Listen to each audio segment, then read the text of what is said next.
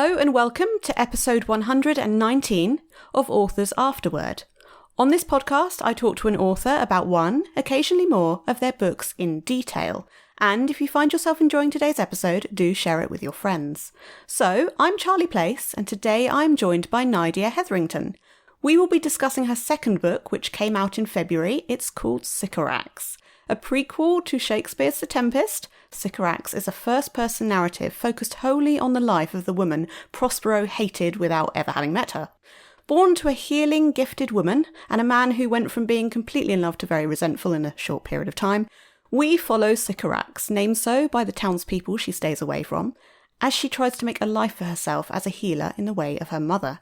Most people are suspicious of the woman with covered eyes. They would scare people if she left them uncovered. And in a series of events, we find out the story of how she came to be on the island Prospero later takes as his own. Hi, Nydia. Hello. It is lovely to have you. Welcome to the podcast. Lovely. Thank you. It's lovely to be here. Thank you. So I'm going to get right into it. I would like to know your initial inspiration or your why tell this story, that kind of thing. So my initial inspiration came a very, very long time ago. I was in theatre for most of my adult life. And when I was very, very young, in my 20s, I was in a fringe version of The Tempest. It wasn't very good, I have to say, but I was a bit of a sort of Shakespeare nut from being a teenager. I don't know where it came from. Whenever I got the opportunity to be in any sort of Shakespeare-related productions, I jumped at it. And it just occurred to me during that play that this woman is really badly done to. I moved to Paris around the year 2000. I ran my own theatre company, basically. And the work I did was devised work. So I didn't work from scripts which were already written by other authors or plays by other authors. I devised my own work. And all the time I was there, so that's almost 10 years, every time I started a new piece, I wondered whether it was time for me to find Sycorax's story, to tell Sycorax's story, the fact that she was a silenced woman. And I found it really odd. And I didn't kind of blame Shakespeare, because I think it's interesting in The Tempest how he uses Prospero and Sycorax, and how Sycorax is the foil for so much of the action, and how, in fact, Prospero does things almost one step worse than Sycorax ever did. For example, the famous thing she did was locking Ariel into a cloven pine. And he says during the play, "Oh, remember that I freed you from the cloven pine, which the evil, foul witch Sycorax locked you in. But if you do not do as I say, I will lock you in an oak tree." So I think Shakespeare's very clever during The Tempest, in that Prospero is always one step worse than the foul witch Sycorax, from what I can see. But every time I went to start a new play and start devising something new, I don't know, I just couldn't find my way into her story. And so I did other things. When I started writing fiction, she was again at the back of my mind. But I'd started something else. And so I went on and did my first book, A Girl Made of Air, which is about a circus performer.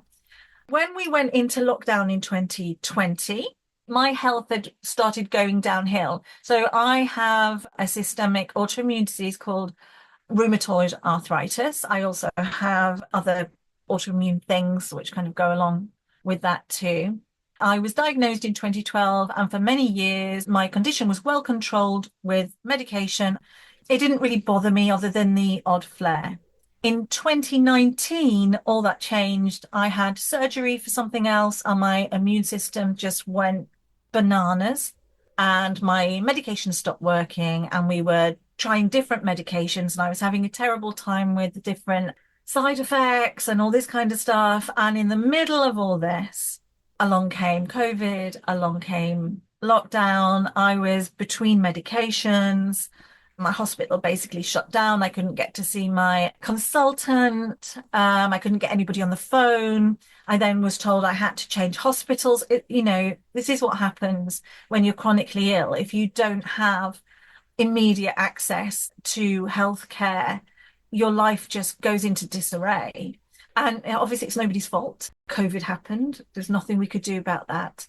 But it meant that two things happened. I was in a great deal of pain in the same way I was when I was first ever diagnosed. So I could barely walk.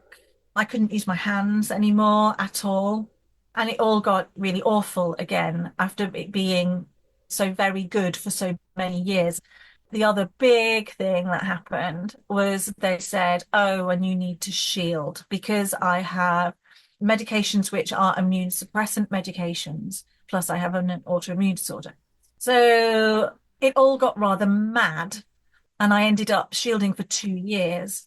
It played an awful game with my mental health, obviously, because all of a sudden I was told that I was a vulnerable person, and I'd never really considered myself a vulnerable person before. I knew I had this condition, I knew it needed medicating, and I knew that it could be controlled if I found the right medication. I never thought of myself as vulnerable particularly.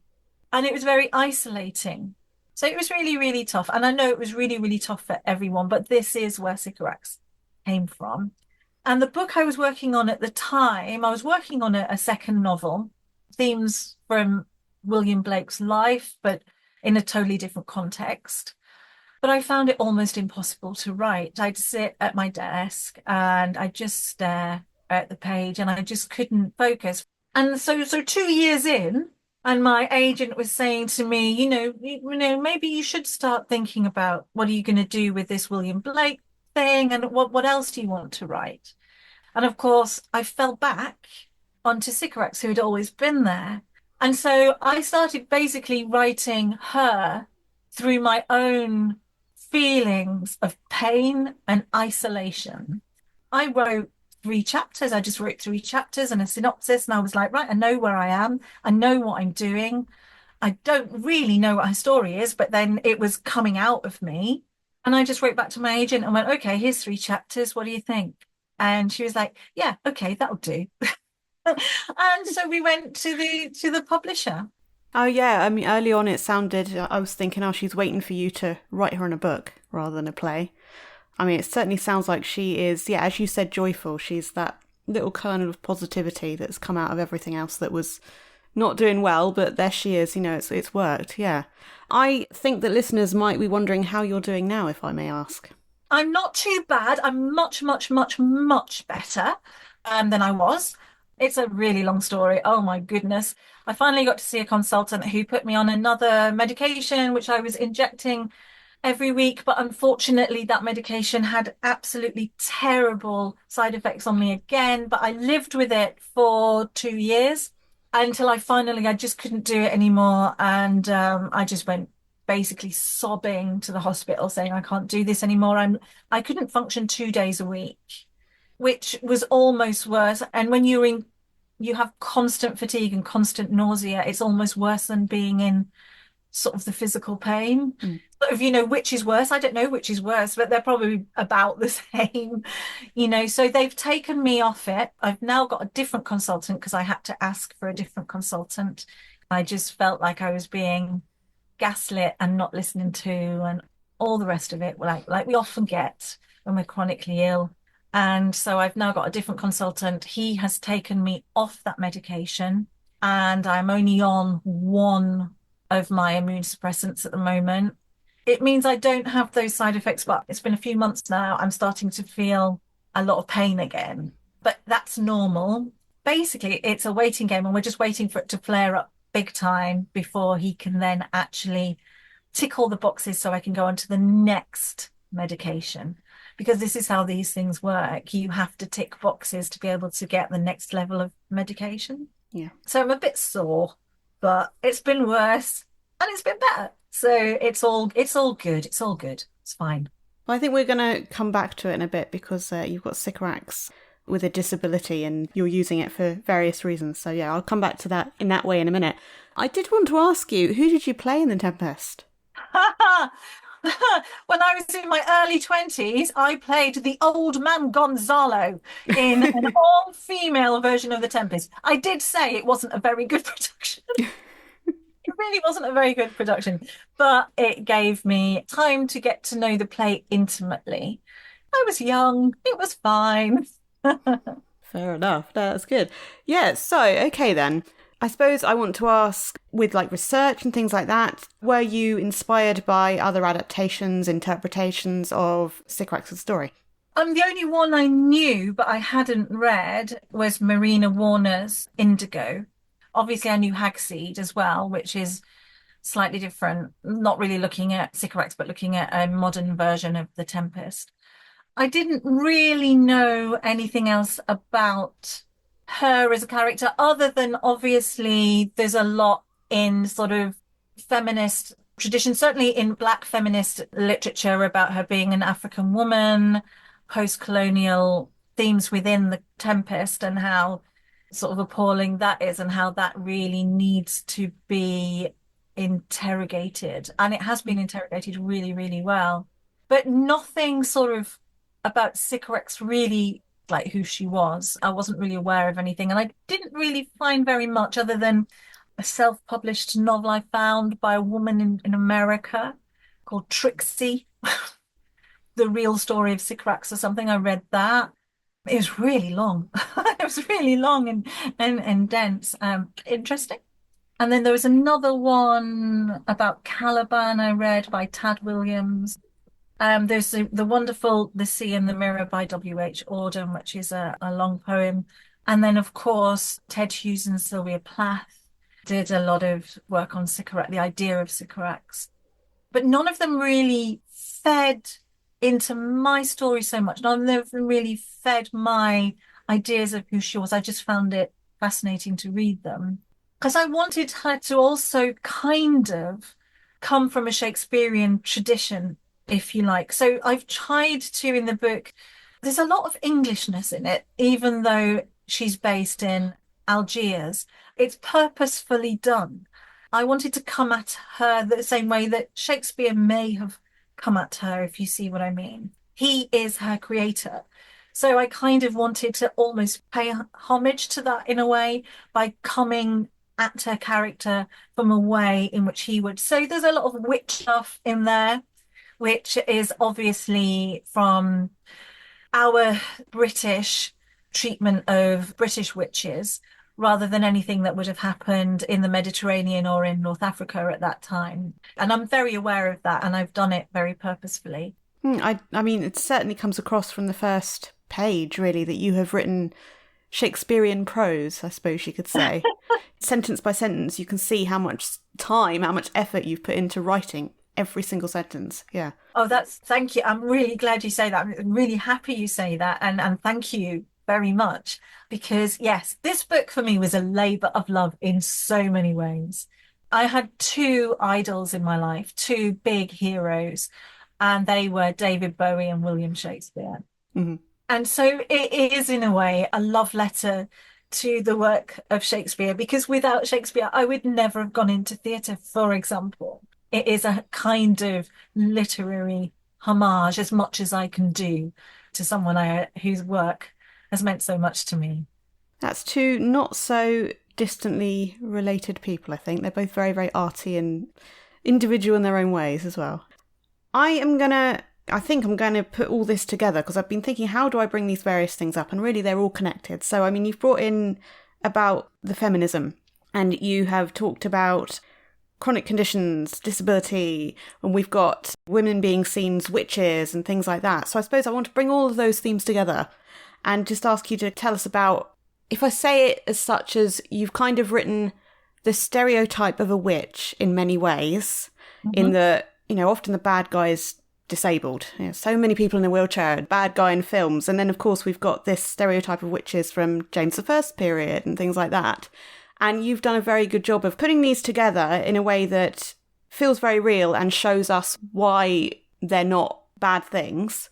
Yeah, just kind of talk about all these different elements that you brought to the plot in that way, if that makes sense. Yeah. So we know very few things about Sycorax from the Tempest. She's a foul witch, we are told. We are told that she's a blue-eyed hag. We are told that she's from Algiers. So if she is Algerian, and we don't know if she is or not, we just know she hailed from Algiers and was then abandoned on this island. Then the question comes in, why did she have blue eyes? So there is a tradition in demonology and witchcraft that women who are witches have strange coloured eyes. And so that linked in very well with that for me. And also, just because she's North African doesn't mean she can't have blue eyes. So I try to sort of very specifically say that her eyes are indigo. They're a very different colour. They're violet. So it's set in Algiers, my book Sycorax, and Algiers is a very busy port town. In the 16th century, you had like the Barbary pirates going on and everything. There was a lot of smuggling. So people would have seen Europeans, people from all different empires coming and going within that harbour town. So it wasn't that strange that she'd have blue eyes, but if she had violet, odd, gemstone-looking eyes, that links with this idea of witches. We are also told, the other thing we are told by William Shakespeare, well, we're told by Prospero, that she is bent into a hoop. This idea of the crone, that she's so bent and disfigured that she's almost into a hoop. Well, all that does for me is say this is a disabled woman. True, yeah. And why does that need to be a bad thing? There is no reason why being bent into a hoop should make you an evil, nasty, hideous witch. It just means that you will be in pain. That's all it means. The feminine ideal is somebody who is young and perfect and has this like perfect upright spine. If you're not the feminine ideal, you're evil. There's something suspicious about you. Throughout our history, this has been thus. Women who are considered to have defects are vilified and thought to be in league with the devil. If you have a birthmark, this is where you suckle a demon. Prospero is afraid of Sycorax.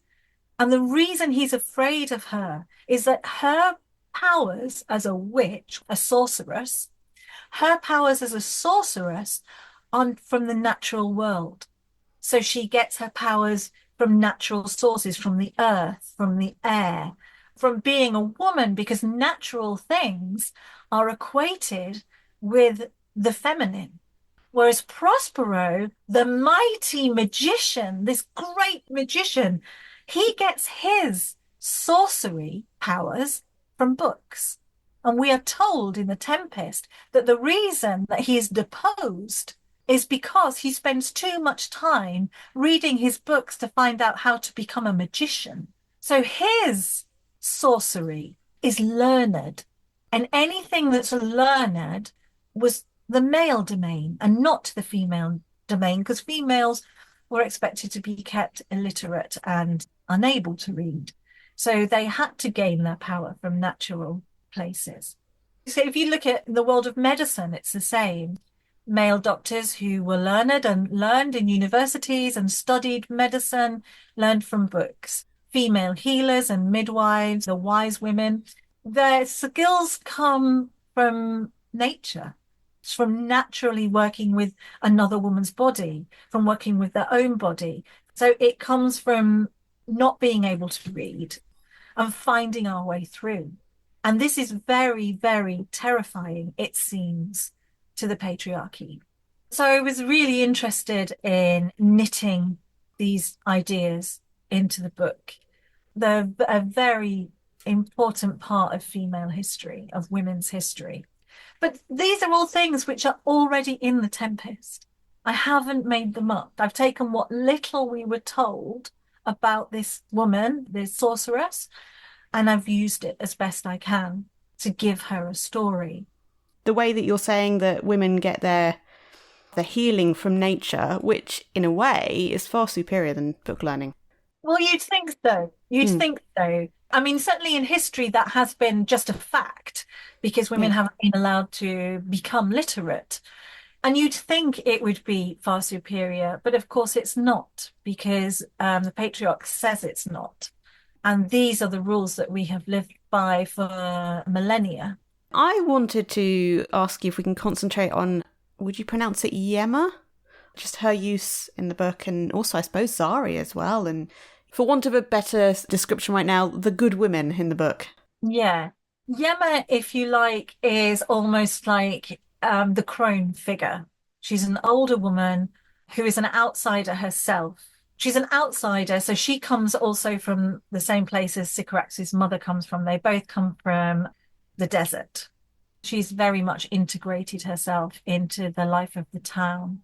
So she, if you like, is a guide in a way for Sycorax, and a mother figure when she doesn't have one, and a grandmother figure and a great grandmother figure, if you like, because Atlas, who is Sycorax's mother, dies fairly early on in the book, and she's left alone and isolated. And if you like, Yemma is the one who kind of opens the door for her into coming back into the world from being in her own tiny, isolated space. And she needs someone, if you like, to learn from. So having an older woman who has been there, done that, seemed like a natural choice, really. Yemma, I believe, and I hope I haven't got this wrong, is a Berber word for grandmother. So she is kind of a grandmother figure. And Zari, who is a young woman who gives birth and befriends Sycorax and is helped by Sycorax within this difficult birth. She's obviously a kind of almost a mirror to what Sycorax could have been. A young woman with a family, a husband, living in the middle of the town, having what would be considered, if you like, a normal life. But what's important about Zari is that she has no suspicion about Sycorax. She doesn't mind that there might be something magical about this young woman near her. In fact, she embraces it and she's almost excited by it in a way. It's very difficult for her because she is bedbound by her really difficult birth. Again, I wanted to show through a nice character, if you like, through a character who was good and kind, how difficult it was to be a woman in Sycorax's world. The easiest way to do that for me really was that you get pregnant and birth is really hard and there's very little medication to help you with it. And so many women have died throughout history in childbirth or not long after childbirth and because of childbirth through infection or whatever. So it was a way to kind of investigate that part of the world that Sycorax was living in. And it also, importantly, because Sycorax is on her own so much and she's so isolated, it was a way to investigate how another young woman who is very much of an insider would also embrace this idea of the outsider coming in. So not everybody is hostile, is what I'm trying to say. Not everybody is hostile, and she can find young women of her own age who will also embrace her for who she is and for what she is. That then gives her the knowledge of love and affection from someone else. To be completely without affection from people, from your peers, from people of your own age, would just be too intolerable. And so I wanted her to have that, to know that. Okay. Oh, that's interesting. And also what you said, Zari being a mirror of Sycorax. I didn't see that. That's quite a fascinating thing to hear you say. So, well, I want to talk about the two men first, the two main men. I'm going to ask about Barbarossa first, including him. Can you tell us about that? I have a bit of a love of pirates.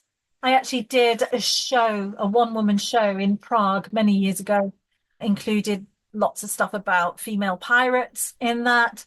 And so I sort of knew a little bit about the Barbary pirates and who they were. In fact, when Sycorax, my novel Sycorax is set, Barbarossa had actually left by then. He wasn't actually the governor of Algiers. That was his brother, I believe.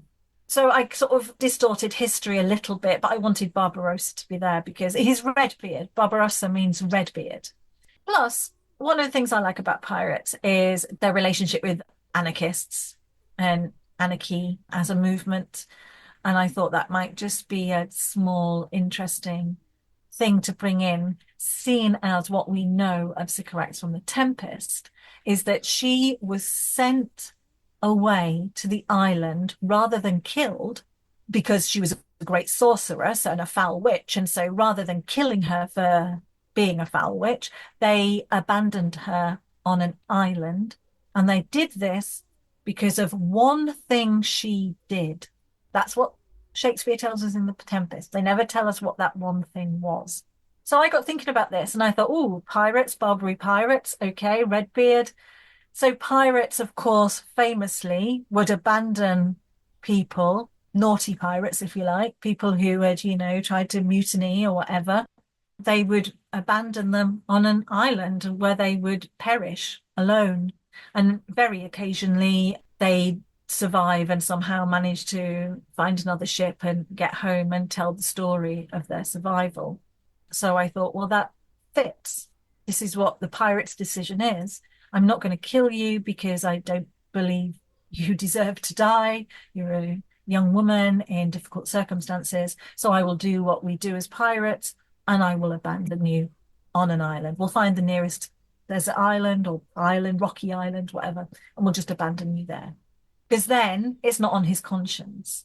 Because this is why pirates did it, because they knew that the people that they abandoned on the island wouldn't survive. How could they? But their death wasn't on their conscience. I didn't kill them. I left them alive there to fend for themselves. If they die, it's their own fault. So this is this kind of heretical idea of justice. So I thought it fit. But it's all true. The Barbary pirates were there at that time. And history's a crazy thing, isn't it? They basically persuaded the Ottoman Empire that they could run various cities and states and departments for them. So they got quite a lot of power. Oh, I like how you're kind of good guy, good bloke in it is a pirate. That in itself is interesting, yeah. No, yeah, it is interesting that Shakespeare never answers that question. He probably has something in his head, I suppose. So one thing that's often talked about is the fact that she was pregnant. In Victorian times in Britain, obviously this is way after Shakespeare's era, but definitely if a female prisoner was with child, then they would escape the gallows, for example. So often it's been said that that one thing that she did was she got pregnant. But I don't think that personally. I think Shakespeare would have said, Prospero would have said, oh, well, she was pregnant. So, he wouldn't have said one thing that she did. That one thing that she did was indeed the whole basis for my novel, which again is something that I found through historical reference, which just seemed to fit so perfectly. I couldn't resist using it. Yeah. I mean, certainly if Shakespeare had said, oh, because she was pregnant, I mean, that doesn't sound grandiose enough for Shakespeare either. No. So, I'm going to have to ask about, is it Afalkey the Beautiful? Afalkey. Yeah, tell us about this awful bloke. Oh, he's just a nasty man, isn't he? It's that one thing of, the beautiful face, the handsome man who just seduces as he likes, and he's got power because he was also a pirate, so he was friends with Barbarossa, and so he has a certain amount of power in the town. He's like the administrator, if you like, the administrator for the town. But he's just that typical, handsome rake, if you like, who just gets away with treating young women badly because he's handsome and charming. It's an old trope, but one that I thought would work quite well because she is charmed by him. She's very charmed by him and she does desire him very, very much. But as soon as that desire is quenched, she understands who he is and what he does quite quickly. And I wanted to show that, and I wanted to show that this young girl who is so impressionable because she's had such a sheltered life, she's not so stupid. She can see through a pretty face. Eventually, she sees through that pretty face. And that's just my shout out to young girls everywhere. There are lots of pretty faces. And some of them are very nice people, don't get me wrong, but look behind the pretty face. Charm is a glamour, almost magic in a way, I suppose we could say, in the context of your book. I would like to ask about the crow. I wondered if he was not going to be around for all the time because of the role she seemed to play. But can you tell us about this, more about the crow? She needed a friend, and not just somebody who would come and go, a friend that would be with her and live with her, be a helpmate to her. And her mother was an augur who could sort of understand the world through watching birds and seeing how they moved and how they worked and how they behaved and bird behavior and what that meant for like the weather and what that meant for, if you like, in divination, bad portent or good portent. And so the crow was a reminder in a way of her mother, because her mother always had birds around her and was that constant friend who would never knowingly leave her. There's also the idea of the witch in the familiar as well, is there. You can't get away from that. The fact that when we are so alone and isolated, the natural world and animals become so important to us. Plus, I love crows. I love crows, I love corvids. I love corvids full stop. If I could have a corvid friend, I would happily do so. I do kind of try and court them out of my window. We've got like a little balcony. We get loads of magpies and crows and even jays sometimes out there. And I do try and court them, but they occasionally come and say hello. We have a cat, so that's difficult. So the crow is a reminder of her mother, if you like, of where her mother comes from. It's also a reminder of herself because she's known, her original name is Raven, and then she is nicknamed, if you like, Crow, as if that's a bad, evil bird, because obviously crows have been given this horror, demon-like personality throughout history. Like if something bad's going to happen, a murder of crows will come down, or there'll be a lone crow somewhere giving bad portent. And they all came together in this lovely, I think he's a lovely, she, I don't even know I couldn't even tell you what gender Crow is, but this lovely character of Crow, who obviously had to have a demise. Yes, it took Sycorax's story to a further level, I suppose, as well. Yes. Yeah. So I'm going to have to ask you what's next, what you're writing at the moment. So I've got a few ideas. I mean, I'm really more and more interested in going down the folklore kind of avenue. I mean, it's always been something that I've done anyway, whether it's in theatre or in writing. In my first book, there is a lot of folklore from the Isle of Man. So I'm kind of looking at trees and tree lore and the idea of women's relationship with the forest. It's really interesting to me. And I'm interested also in writing about how folklore and folk stories are becoming, in the year 2024, 2025, more interesting to a wider populace. So when I was a girl, when I was, I don't know, a teenager, let's say, nobody really was interested in folklore, folk stories. Whereas now there's a massive resurgence, even to the fact that Morris dancing is now huge again in a way that hasn't been since like the 1930s, I don't think. So I'm sort of looking at maybe writing something. Well, I've started writing something. I'm not entirely sure where it's going, but it's all to do with a future world based around folklore and folk stories, not necessarily folk stories from the UK, and not necessarily real folk stories and real folklore. So where do we go next with our mythologies, but in a future sense? All right. I'm going to have to ask you and end on this, I think. Do you think your William Blake novel might happen, or do you think you put that in the drawer for now? I hope it will happen. I will need to. The thing about it is it's very long.